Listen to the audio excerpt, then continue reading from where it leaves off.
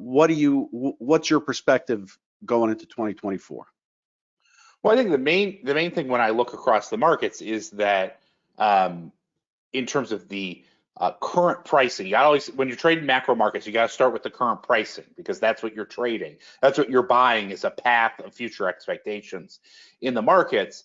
And let's start very straightforwardly with the short rate market, which is now pricing in, just looking at a quote right now, basically 160 basis points of easing, between 160 and 170 basis points, depending on how you look at it.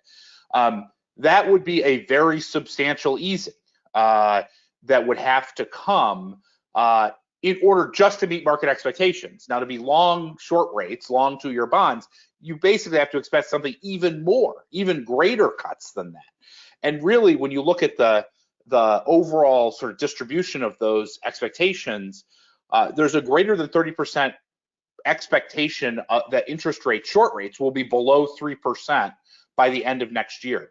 Now, that's a pretty remarkable thought process because what that implies is basically a crash landing in the economy that's meaningfully influencing people's expectations of future monetary policy. And that's coming at a time when everything, frankly, from a macro perspective, is pointing in the opposite direction, right? Stocks are making new highs. We've had a 100 basis point plus move down in bond yields and even more in mortgage rates.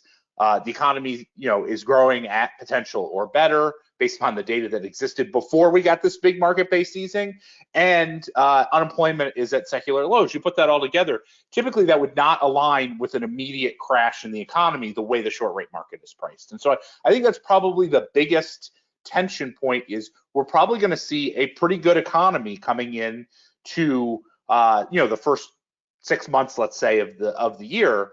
There's no reason to believe that we're not going to have a decent economic set of conditions. And that's going to cause, I think, a lot of conflict with the massive cuts being priced into the short rate market, which should put pressure on bonds, in particular relative to stocks, and on short rates to go higher in the new year.